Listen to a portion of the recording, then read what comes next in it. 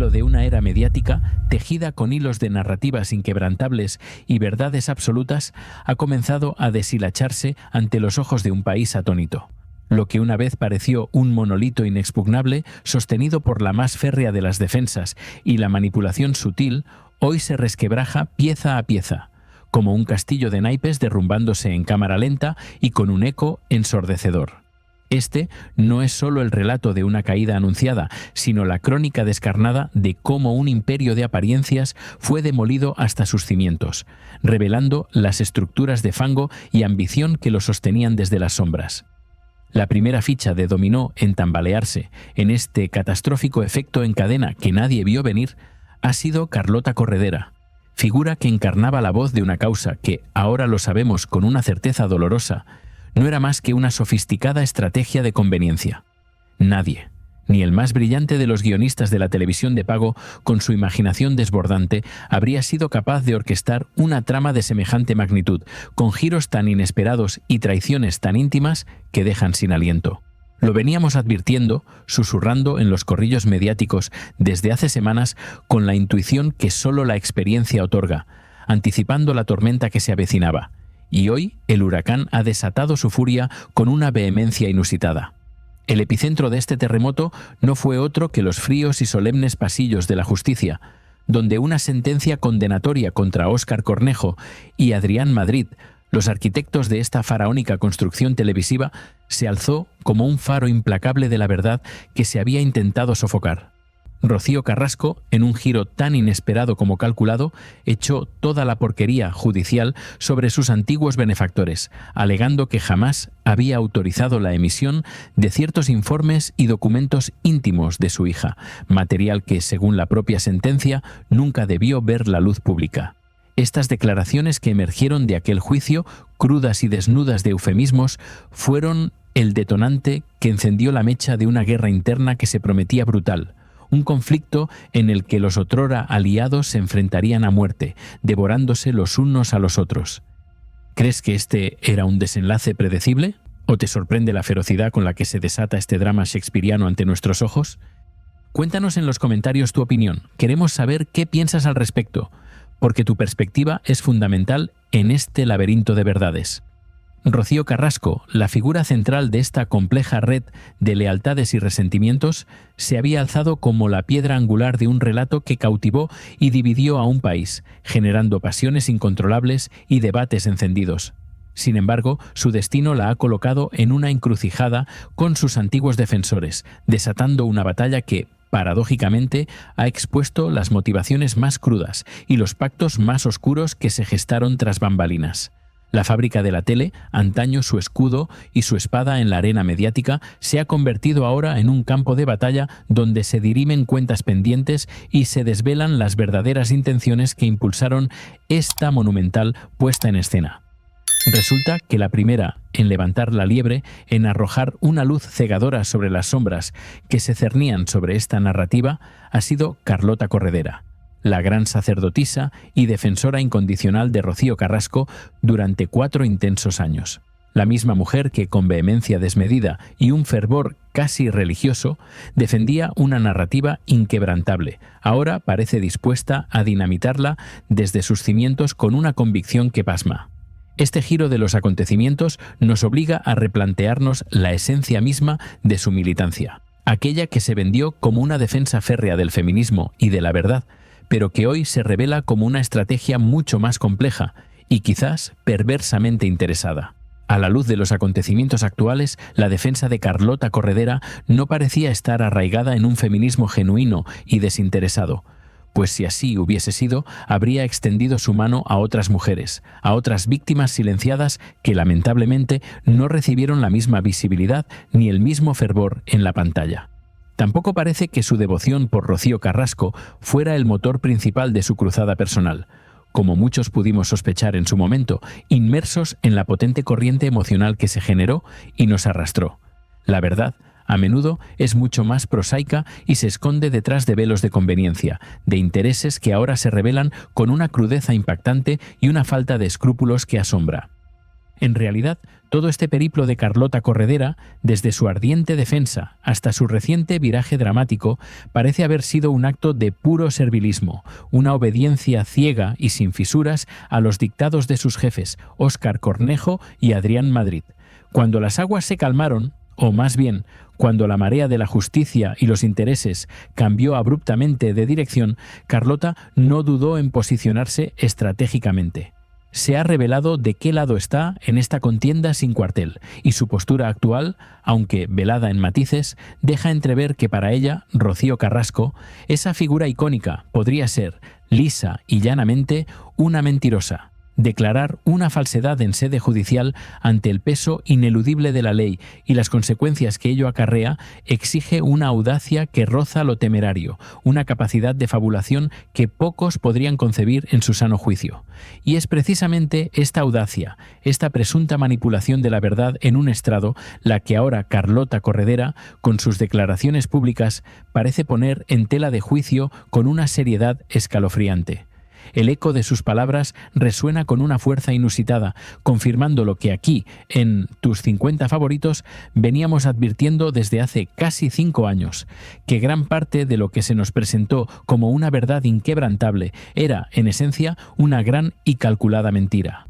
Este canal se ha erigido como un baluarte de la memoria televisiva, un archivo viviente que guarda la hemeroteca de un pasado que muchos quisieron borrar, reescribir o simplemente ignorar. Y es precisamente gracias a esta memoria, a estas pruebas irrefutables y documentadas, que podemos desmantelar las narrativas prefabricadas y confrontarlas con la realidad cruda y sin adornos. ¿Cómo podía la audiencia aceptar que aquellos que se erigieron en defensores acérrimos de una causa, llegando incluso a insultar a su propio público por no comulgar con su dogma, habían proferido declaraciones tan contradictorias en el pasado más reciente? La incoherencia era abrumadora y el público, en su mayoría, no perdonó, dejando a una cadena entera tambaleándose bajo el peso de su propia contradicción. Hace mucho tiempo, antes de que el huracán de la docuserie barriera con todo a su paso y redefiniera el paisaje mediático, personajes clave de este drama decían cosas que hoy resuenan con una ironía desgarradora y una relevancia profética. Víctor Sandoval, con su lucidez inconfundible y su memoria prodigiosa, nos ofreció un testimonio que, a la luz de los recientes acontecimientos y de la nueva postura de Corredera, adquiere una relevancia demoledora, casi premonitoria. Su relato, grabado a fuego en la hemeroteca del tiempo, es una prueba irrefutable de cómo la verdad siempre encuentra el camino para salir a la luz, sin importar cuán profundo se intente enterrarla bajo capas de falsedad. Recordemos las palabras de Víctor Sandoval, un eco del pasado que se proyecta con fuerza en el presente y nos interpela directamente. Él mismo relató cómo, en un momento crucial de su vida, Rocío Carrasco le pidió una cosa que, por respeto a ella y a su propia intimidad en aquel delicado instante, prefirió no desvelar ante las cámaras ni en los platós. Sin embargo, su gesto, su tono y la solemnidad con la que lo contó ya anticipaban la gravedad y la complejidad del asunto que se ocultaba. Era algo positivo, sí, un intento de reparar un daño profundo, de sanar una herida abierta, pero que contrastaba estrepitosamente con la narrativa oficial posterior. Lo que verdaderamente nos heló la sangre y nos confirmó las sospechas fue el pasaje en el que Víctor Sandoval reveló la petición expresa que Rocío Carrasco le hizo, un ruego desesperado que la situaba en una luz completamente diferente a la de la víctima inquebrantable que nos presentaron. Le rogó, con la voz quebrada por la emoción, que llamase a su padre, a Pedro Carrasco, el boxeador, el hombre que la adoraba con un amor incondicional, para buscar una reconciliación urgente antes de que fuese demasiado tarde. Juro por mi vida que esa fue la petición, una súplica desgarradora que desmentía la imagen de una hija distante e indiferente que se había intentado cimentar. Este detalle, enterrado en el pasado bajo una montaña de silencios, emerge hoy como una revelación crucial que lo cambia todo. La narrativa oficial de la docuserie pintaba una Rocío Carrasco reconciliada y en paz con su padre antes de su trágico fallecimiento. Una imagen idílica de armonía familiar y perdón que, según los hechos ahora expuestos con la brutalidad de la verdad, era una vil patraña. Víctor Sandoval, con una precisión dolorosa que no admite dudas, relató cómo Rocío le había confesado que su padre le había roto el corazón, una frase que él, en su momento, interpretó como una metáfora profunda del sufrimiento emocional, no como una agresión física literal. La imagen de un corazón roto, de una relación fracturada e irrecuperable, era la dolorosa verdad que se intentó ocultar al público con una maestría maquiavélica. La mentira más flagrante de todas, quizás la más dolorosa por su profunda implicación emocional y el peso del recuerdo, fue la que se tejió con alevosía y premeditación alrededor de la relación de Rocío Carrasco con su padre, Pedro Carrasco. La docuserie afirmó, con una seguridad que hoy sabemos falsa y desprovista de escrúpulos, que antes de que el inolvidable boxeador falleciera, padre e hija tuvieron una reunión íntima, un encuentro conmovedor que culminó en una reconciliación plena y definitiva. Esta afirmación, cargada de emotividad y una nostalgia prefabricada, era una absoluta invención, una burda falsedad que manipulaba el dolor de una pérdida irrecuperable y se alimentaba de la credulidad de la audiencia. El testimonio demoledor de Víctor Sandoval, anterior incluso a la emisión de la docuserie y a sus manipulaciones, no es el único que desmiente esta reconciliación póstuma, esta fábula inventada para edulcorar una realidad amarga. Tras la controvertida emisión, Raquel Mosquera, la viuda de Pedro Carrasco y testigo de primera mano de la verdad, también salió al paso para refutar categóricamente esta versión oficial, aportando detalles que la desmantelaban. Aunque se podría argumentar que Raquel Mosquera era una parte interesada o parcial en esta intrincada trama, su testimonio fue respaldado con contundencia por el de otros periodistas de renombre y solvencia, como Marisa Martín Blázquez, quienes corroboraron la dolorosa verdad que se quiso ocultar. Marisa Martín Blázquez, una voz respetada y con una credibilidad intachable en el panorama mediático, ratificó la versión de Raquel Mosquera, cerrando el círculo de la mentira con una precisión quirúrgica. Pedro Carrasco, desgraciadamente, se marchó de este mundo con el corazón roto por el desencuentro, llevando consigo la pena inmensa de una relación completamente fracturada con su hija, una herida que nunca cicatrizó. Resulta, a todas luces, un acto de una miseria incalificable que se utilice una plataforma como una docuserie para tejer un manto de falsedades sobre una tragedia tan íntima y personal, revictimizando el recuerdo de un padre que ya no puede defenderse. Y ahora, en el año 2025, Carlota Corredera, la gran defensora, la voz autorizada que se erigió como paladín de la justicia emocional, parece haber caído en la cuenta de que esta persona, a la que tanto defendió con uñas y dientes, es, en esencia, una mentirosa. La ironía es demoledora y te golpea en la conciencia. Solo ahora, cuando la supuesta verdad de Rocío Carrasco no beneficia los intereses de sus antiguos jefes en sede judicial y las tornas han cambiado, es cuando la conciencia o la estrategia más fría se ha abierto paso en su discurso público. Es un despertar tardío, un reconocimiento que llega con un regusto amargo a oportunidad perdida, o peor aún, a conveniencia oportunista y calculada. Otra de las grandes falacias que aquí, en Tus 50 favoritos, nos hemos encargado de desmontar una y otra vez con pruebas irrefutables, es la del supuesto 20 años de silencio, de Rocío Carrasco, una narrativa que se vendió como un sufrimiento mudo y prolongado. Suscríbete ahora mismo a Tus 50 favoritos para no perderte ni un solo detalle de estas revelaciones que sacuden los cimientos del poder mediático y la verdad. Porque la historia está lejos de terminar. Si aún no lo has hecho, te invitamos encarecidamente a unirte a nuestra comunidad, porque la verdad, la cruda y fascinante verdad que se oculta tras los telones, siempre la encontrarás aquí, desvelada y sin tapujos. Hemos dedicado vídeos enteros a desentrañar este fenómeno, como el que publicamos ayer, una joya hemerográfica con una riqueza documental asombrosa, que desentraña los extraños sucesos en la prensa que han rodeado como una aureola oscura a Rocío Carrasco y Fidel Albiac. Ambos, una pareja en torno a la cual han orbitado innumerables historias inexplicables, tanto en la prensa como entre los periodistas que, en un giro casi surrealista y digno de un estudio psicológico, han sido abducidos por su narrativa personal. Es alucinante, verdaderamente asombroso, lo que ha ocurrido con algunos de estos comunicadores, transformados en defensores incondicionales de una verdad que ahora se tambalea. Si todavía no has visto ese vídeo en el canal, te lo recomiendo encarecidamente, pues arroja una luz distinta y perturbadora sobre un fenómeno que desafía toda lógica periodística y ética profesional. La hemeroteca, una vez más, y con su poder implacable, se erige como el testigo irrefutable que desmantela la farsa de los 20 años de silencio, desnudando la manipulación. Recordemos, con la claridad que nos da el tiempo y la distancia, cómo Rocío Carrasco irrumpía en pleno programa de Sálvame, vía telefónica, para increpar a Lidia Lozano, con una furia y una prepotencia que contrastaban brutalmente con la imagen de fragilidad que intentaban proyectar. La escena, grabada a fuego en la memoria colectiva y en los archivos televisivos, mostraba a todos los presentes en el plató, o a la mayoría de ellos, conteniendo el aliento, temerosos de la arremetida verbal que se cernía.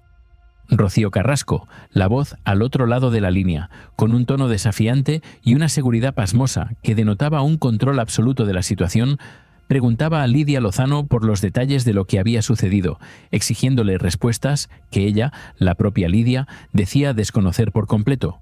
La interacción, cargada de una tensión eléctrica, revelaba una Rocío Carrasco muy lejos de la imagen de víctima silenciosa e inerme que se había construido con tanto ahínco. Pues entonces, ¿qué haces trabajando ahí diciendo cosas si no tienes ni idea? Le espetaba con una chulería inaudita que dejó a todos helados. ¿No he hablado de ningún pacto? Insistía, refutando las palabras de Lidia con una falsa indignación, para luego retractarse con una sonrisa burlona y condescendiente. Pues me retracto de haber dicho la palabra pacto, dejando al descubierto su juego. ¿Os parece normal a vosotros esta forma de entrar en directo, de amedrentar a una compañera de profesión, a la mismísima Lidia Lozano, en su propio plató? ¿Y qué decir de Pavel Pavón, quien en ese momento fungía como presentadora con una dignidad encomiable y que, a diferencia de otros que se doblegaron, no cedió ante la pantomima de la docuserie, una afrenta que, hasta el día de hoy, no le perdonan sus detractores? Hemos sido testigos esta misma semana de cómo continúan acusándola de cosas de una gravedad considerable, demostrando que la lista de enemistades en este drama se alarga y se ramifica con el tiempo. Pero volvamos a la imagen de Rocío Carrasco en aquel momento. ¿Es normal esa chulería, ese matonismo con el que irrumpía en Sálvame con una vitalidad asombrosa? Se nos había presentado a una pobre víctima, la de los 20 años de silencio, la que supuestamente no podía levantarse de la cama, la que estaba tan abatida por la depresión que era incapaz de preocuparse por sus hijos o por sus hermanos, sumida en una oscuridad infranqueable. Pero para llamar a Sálvame y ponerse en ese tono beligerante no le faltaba tiempo ni energía, demostrando una contradicción tan flagrante que duele a la inteligencia y a la percepción común. Y no olvidemos, en esta cronología de revelaciones que descorren el velo, el insulto de Rocío Carrasco hacia la condición sexual de Víctor Sandoval, un acto de homofobia inaceptable que choca frontalmente con la imagen de víctima o de ejemplo que se quiso construir con tanto artificio. ¿Cómo puede una persona que se presenta como adalid de la justicia y la dignidad para las mujeres recurrir a semejante bajeza moral y personal? ¿Recordáis lo sucedido en aquella fiesta infame en casa de María Teresa Campos, donde un periodista reveló que Víctor Sandoval fue objeto de insultos similares y arrojado a una piscina en un acto de humillación pública? La verdad, en este laberinto de falsedades, es mucho más oscura y perturbadora de lo que se nos quiso contar, y este es solo el primer escalón de una escalera que nos llevará a la demolición total de un relato que se mantuvo en pie por demasiado tiempo, pero cuya base era una mentira. Las piezas caen con una estridencia ensordecedora, revelando la intrincada maquinaria de un entramado mediático que durante años dictó su propia verdad, convirtiendo la realidad en un espectáculo grandilocuente. Lo que presenciamos el pasado viernes en No somos nadie no fue un incidente aislado, ni una declaración fortuita. Fue el clímax de una estrategia cuidadosamente ejecutada, un mazazo demoledor lanzado por una de las figuras más inesperadas en este ajedrez de traiciones. Prepárense para el desenlace de esta ópera de vanidades, donde la lealtad se vende al mejor postor y la verdad emerge, implacable, de las ruinas de las apariencias. El silencio se rompió, no con un murmullo, sino con el estallido de una bomba en el corazón mismo del imperio.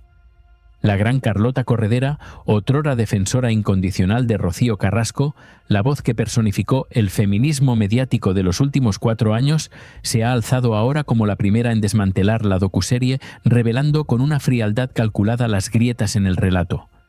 Sus palabras, pronunciadas con una solemnidad que rayaba en lo teatral, resonaron en cada rincón del plató, dejando a la audiencia en un estado de conmoción que pocos habrían anticipado. Solo hay que decir la verdad cuando eres testigo. Hay gente que no lo hace, hay gente que miente. Pero la implicación era clara, la alusión innegable. El impacto fue inmediato y fulminante. Carlota Corredera, la inquebrantable, la ideóloga de un movimiento televisivo, llamaba mentirosa a Rocío Carrasco, la figura que había encumbrado, en pleno año 2025.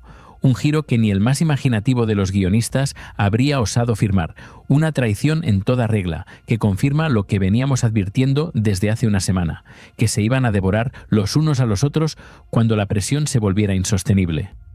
Esta fractura no es un simple desacuerdo, es la herida abierta de una guerra que apenas comienza, una sangrienta disputa por la narrativa y la supervivencia en un ecosistema mediático cada vez más cruel y despiadado.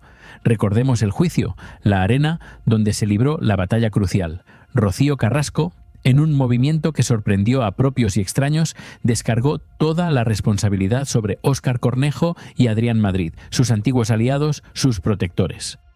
Afirmó que jamás había autorizado la emisión de los informes y documentos de su hija, piezas de su intimidad que, según la sentencia, nunca debieron ver la luz pública, convirtiendo a sus benefactores en villanos de su propia historia. Este acto de desvinculación, este intento de limpiar su imagen a costa de sus creadores, fue el catalizador que aceleró la caída del primer dominó, y la respuesta no se ha hecho esperar, con una Carlota Corredera desmantelando la farsa desde dentro, dinamitando las bases de un relato que ella misma ayudó a construir con fervor inusitado. La traición de Carlota, por dolorosa que sea para algunos, confirma una sospecha latente que flotaba en el ambiente desde hace años. Su supuesta defensa de las mujeres, su abanderamiento del feminismo televisivo, no era más que una pauta marcada por sus superiores, un interés calculado, una fachada de compromiso ideológico que ocultaba una lealtad más pragmática y lucrativa. Su defensa de Rocío Carrasco no brotaba de una convicción inquebrantable, sino de una directriz empresarial, un cálculo frío para mantener a flote un programa y una productora en la cresta de la ola. Ahora que las tornas han cambiado, que la justicia ha dictado sentencia y el monstruo que crearon parece volverse en su contra, Carlota se reposiciona, alineándose una vez más con sus jefes y lanzando a Rocío Carrasco al abismo de la mentira judicial. Por supuesto, Rocío Carrasco tiene su parte de responsabilidad en esta trama de engaños y verdades a medias. Nadie puede eximirse de la culpa en un escenario tan enrevesado. Sin embargo, sus antiguos aliados, los artífices de esta monumental puesta en escena, tampoco están exentos de una responsabilidad gigantesca. Todos, sin excepción, se encuentran ahora sumergidos hasta el cuello en un fango de acusaciones y antecedentes penales, atrapados en una espiral de recriminaciones mutuas que solo augura más drama y revelaciones aún más impactantes. Este es solo el principio de una caída que promete ser legendaria y dolorosamente entretenida. El triunfo judicial de Rocío Flores, un hito que pocos esperaban, ha sido el primer eslabón de una cadena de eventos que promete desatar un vendaval. ¿Qué sucederá cuando la macrodemanda de Antonio David Flores, una espada de Damocles que pende sobre sus cabezas, finalmente llegue a los tribunales? ¿Qué ocurrirá si, en un giro del destino que podría cambiar el panorama mediático para siempre, se produce un cambio de gobierno y todos estos personajes, colocados estratégicamente en la televisión pública, se vean de la noche a la mañana sin su sustento, sin su plataforma, sin su voz? La expectación es máxima y la imagen de su caída una promesa de justicia poética para muchos. Nos reiremos, sí, y mucho, al comentar cada detalle de su forzosa retirada, pues la arrogancia, a menudo, precede a la más amarga de las derrotas. Pero las fichas de dominó no solo caen en un único frente. El fin de semana nos ha dejado otras perlas que no podemos dejar pasar en este monumental escrutinio de la verdad. La figura de Ana María Aldón, por ejemplo, sigue desafiando toda lógica y toda descripción. Es, sin lugar a dudas, un auténtico genio del trilidismo televisivo. Una estratega nata que siempre encuentra un resquicio para mantenerse en el foco, para seguir arremetiendo contra Gloria Camila y acaparar la atención mediática que tanto anhela. Cuando parecía que ya no le quedaban subterfugios a los que agarrarse, que su arsenal de polémicas estaba agotado, surge ahora la ridícula controversia del vestido, un drama forjado prácticamente de la nada, con una maestría digna de los grandes ilusionistas. Gloria Camila, en su momento, no profirió ninguna palabra negativa sobre el vestido. Al contrario, lo elogió con sinceridad, calificándolo de precioso, sin saber que sus amables palabras serían retorcidas en una nueva polémica. Pero Ana María Aldón es una artista de la tergiversación, una maestra en la manipulación de las percepciones, y su capacidad para encontrar el agravio en el halago es simplemente asombrosa. Ayer, en Fiesta, la vimos de nuevo, recreándose en el papel de víctima, una interpretación que, a fuerza de repetirse, ha perdido toda credibilidad, pero que sigue funcionando para sus propósitos.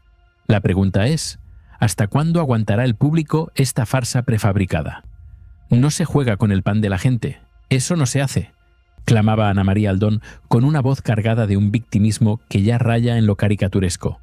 Yo estaba en un momento de mi vida muy tranquila, en mi casa, yo no estaba en televisión, y entiendo que si ahora estamos en la tele, pues surja una controversia, sentenciaba con una desfachatez pasmosa. ¿Es Ana María Aldón una genio de la manipulación o la mayor caradura de España? Su declaración, que ella estaba tranquila en casa y que ha tenido que volver a la televisión como si una pistola imaginaria la obligara, es un ejercicio de cinismo que raya en lo absurdo. Nos quiere hacer creer que está sentada en ese plató por pura obligación, que si por ella fuera, estaría en casa con sus bocetos, sus agujas y sus hilos, creando sus diseños en la intimidad de su hogar. Es una falacia tan evidente que insulta la inteligencia de la audiencia. Nadie, repito, nadie en la historia reciente de la televisión ha exhibido una jeta tan monumental como la de Ana María Aldón, capaz de soltar semejantes disparates en un plató y quedarse tan tranquila con la mirada impasible de quien cree a pies juntillas su propia invención. Y por si fuera poco, nos regaló otra perla, la polémica de la humedad. A mí me llevaba 4 noches llorando diciendo porque no quisiste ponértelo para el día del final de carrera, que te comprometiste, que yo no te obligué, no te puse un puñal en el cuello, no se hace esas cosas. El día que dije mojo no quiere decir mojo, quiere decir humedad. Un cambio de versión tan burdo, tan transparente, que nos obliga a preguntarnos por las verdaderas motivaciones de este viraje. Aquí, en tus 50 favoritos, todos sabemos distinguir perfectamente entre moho y humedad. No es un lapsus lingüístico, es una rectificación forzada, una recogida de cable en toda regla. Ana María Aldón, con la astucia que la caracteriza, sabe que hay límites que no debe traspasar, líneas rojas que, de ser cruzadas, podrían tener consecuencias nefastas para su sustento. No podemos olvidar que comparte una personita en común con Ortega Cano, y esa personita implica, cada mes, una generosa pensión que, me atrevería a decir, es vital para su economía. No digas lo del moho, Ana María, porque tanto tensar la cuerda podría provocar que se rompa, y eso, amiga mía, no te interesa en absoluto. Su taller, ese espacio que ella misma se encargó de montar con su mano y de su bolsillo, era una zona no habilitada para vivir, un lugar donde no estaba aprovechada, pero que ahora, mágicamente, se transforma en el epicentro de un drama que la mantiene en el candelero. La narrativa se adapta a las necesidades, la verdad es un concepto elástico en este circo mediático. Este surrealista despliegue de Ana María Aldón es el reflejo de una televisión que, en el año 2024, sigue permitiendo estas pantomimas, con Telecinco y Fiesta como cómplices silenciosos de una farsa que ya nadie se cree. Si al menos estas tramas generaran audiencias estratosféricas, se podría entender la permisividad. Al fin y al cabo, la audiencia es la moneda de cambio en este negocio. Pero este programa, lamentablemente, no funciona y se habla ya de una cancelación inminente, un destino sellado por la baja sintonía. Telecinco tiene suficiente con los vaivenes de su parrilla semanal como para mantener a flote un programa que se ahoga en su propia irrelevancia, pero Ana María Aldón seguirá estirando el chicle hasta el último aliento, con moho, con vestidos, con cualquier cosa que le dé un minuto más de fama. Y hoy la caradura parece ser la protagonista indiscutible de nuestra crónica, porque tenemos que hablar de Kiko Hernández. Este controvertido personaje se ha reinventado como presentador del nuevo reality, La Casa de los Gemelos, donde coincidirá con Kiko Matamoros, lo que promete una colisión de egos y verdades a medias que hará las delicias de los amantes del drama. Matamoros ha desvelado, a lo largo de los años, muchas intimidades de Hernández, entre ellas el famoso y supuesto cáncer de páncreas. Una historia que ahora adquiere una nueva dimensión de sordidez. Habría que ser muy miserable, dijo Matamoros en su día, para inventarse una enfermedad. Una frase que hoy resuena con una carga profética y una verdad escalofriante. La relación entre los dos Kikos promete ser una bomba de relojería, una confrontación cargada de reproches y verdades ocultas.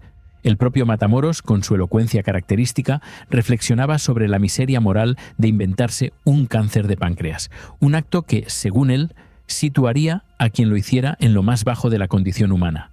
Y es aquí donde la verdad, con su crudeza implacable, golpea sin piedad. Una sentencia judicial ya dictaminó que un medio de comunicación que publicó precisamente esto, que Kiko Hernández se había inventado la enfermedad, no incurrió en calumnia alguna.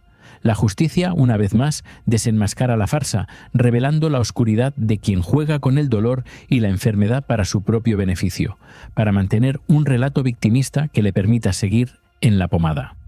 La relación evasiva de Kiko Hernández ante estas acusaciones, su intento desesperado por desviar la atención hacia otros temas, solo termina por confirmar todas las sospechas que flotaban en el aire. Y no olvidemos el detalle crucial. Este señor ha trabajado durante años y años con muchos de los que ahora se dedican a dar lecciones de cómo hacer televisión, de cómo defender a las mujeres, de cómo combatir la violencia mediática. Vaya paradoja, han convivido y colaborado con este siniestro personaje, cuya trayectoria está plagada de sombras y actos moralmente cuestionables, y ahora se erigen como los grandes guardianes de la ética. Carlota Corredera, por cierto, también profesaba un gran cariño por Kiko Hernández, pero ya hemos comprobado cómo su lealtad se doblega ante la dirección de su programa, defendiendo incluso al mismo Satanás si ello beneficia sus intereses. Es una demostración de la hipocresía que impregna los cimientos de este circo mediático. Así, el telón cae sobre este capítulo de revelaciones y traiciones, pero la función está lejos de terminar. Lo que hemos presenciado es solo la punta del iceberg, el inicio de una demolición que promete ser épica y catártica. La verdad, como siempre, se abre paso entre las ruinas de las mentiras, y aquellos que se creyeron impunes, que pensaron que sus engaños pasarían desapercibidos, se encuentran ahora con el peso de su propia conciencia y la implacable justicia de la hemeroteca. No te pierdas ni un solo detalle de esta apasionante saga de verdades desveladas. Suscríbete ahora mismo a tus 50 favoritos y activa la campanita para que no te pierdas el desenlace de esta historia que cambiará para siempre el panorama mediático. Tu apoyo es nuestra fuerza y tu curiosidad, el motor que nos impulsa a seguir desenterrando la verdad que otros quieren silenciar. Nos vemos en el próximo vídeo, con más secretos, más intrigas y la promesa inquebrantable de seguir iluminando las sombras.